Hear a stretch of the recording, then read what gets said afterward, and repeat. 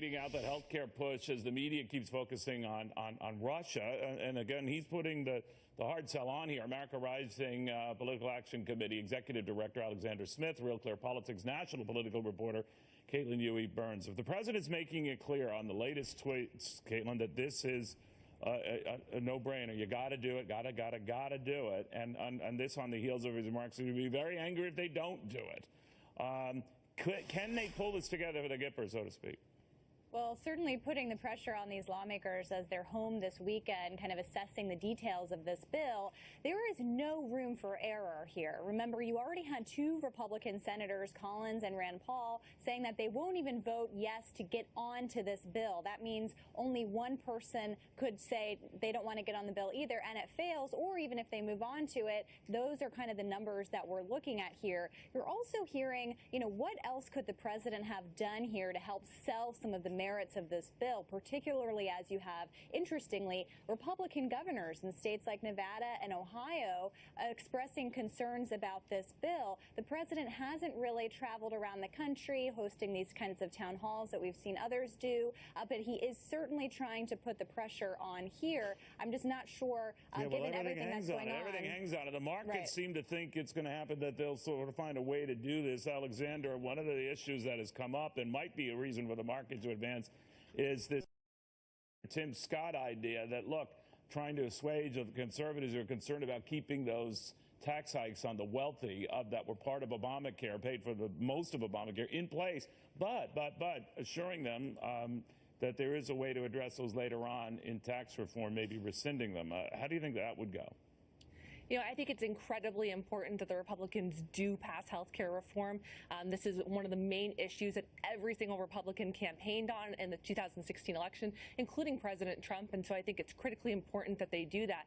But I think what's interesting is when you look over at the Democratic side and to see the kind of vice grip that they're in. Look at their de facto leader, Bernie Sanders, a guy who had 12 million votes in the Democratic primary.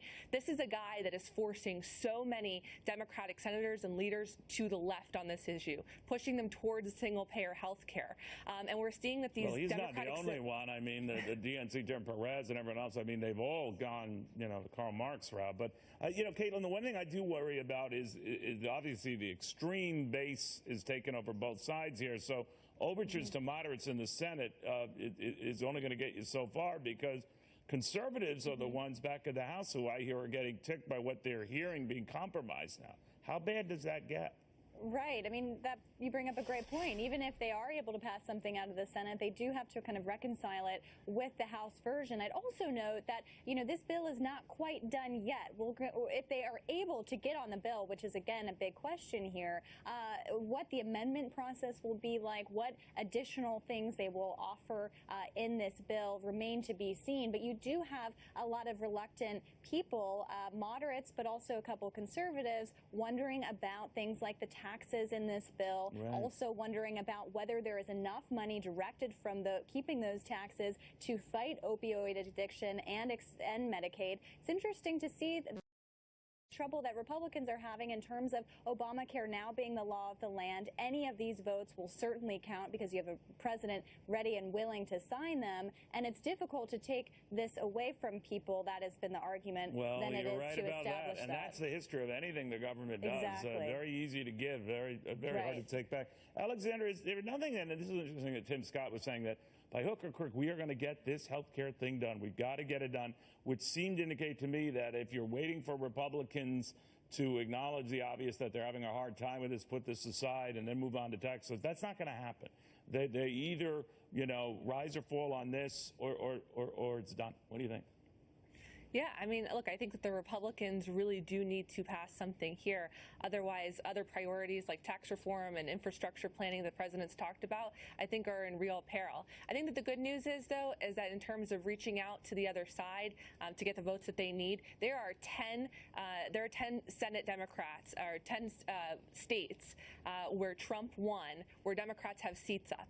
And I think that those present tremendous opportunities for Republicans to reach across the aisle. Because on the one hand, hand, these Democratic senators are kind of in a bind. They're in between their donors in New York and San Francisco who want them to have a more extreme single-payer plan.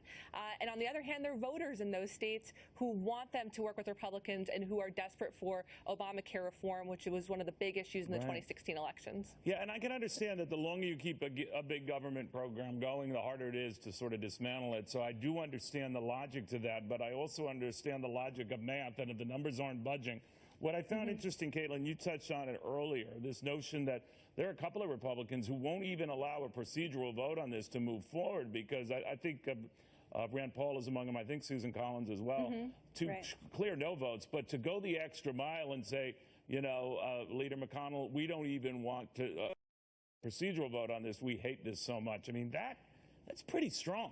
Yeah, and that's pretty kind of telling about where the party is on this right now. You also have Republicans arguing, you know, let's get on the bill and then kind of debate these things later. I wouldn't be surprised if you saw pressure put on people to get on this bill and try to make the reforms later. But what's been interesting to watch, too, is that for all the talk of potential bipartisanship, Democrats have said that they won't entertain that possibility if Republicans keep up the pledge to repeal the law entirely. And so that's kind of these sticking points here. So while we like to talk about the prospect of bipartisanship, I don't think many people on Capitol Hill, where I was all this week, are really holding their breath on that one.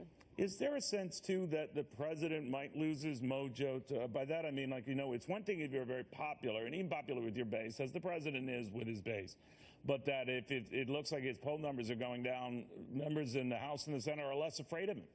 They're less intimidated. They stop returning phone calls. Lyndon Johnson dealt with that. Right. Richard Nixon dealt with that. I'm not comparing any of these, but there is precedent for a president's declining poll numbers to hurt him in working on legislation. On that, I'm just curious, Alexandra, where you see it going. Yeah, I mean, I think it's important to remember the lesson of the 2016 election, which is that I think that the American electorate is far less ideological than some would have you believe. I think that what the American people voted for in 2016 was change. They wanted a big reformer to come in and to shake up the way things were done in Washington. So I think that in terms of, you know, the president's own personal popularity, I think that matters less than where independents are on this issue. And independents have overwhelmingly in the last couple of cycles voted for Republicans mainly because of Obamacare. And so I think that, you know, really voters are going to hold us accountable as a party if we don't get this done. And I think that, you know, the president is instrumental to making that happen.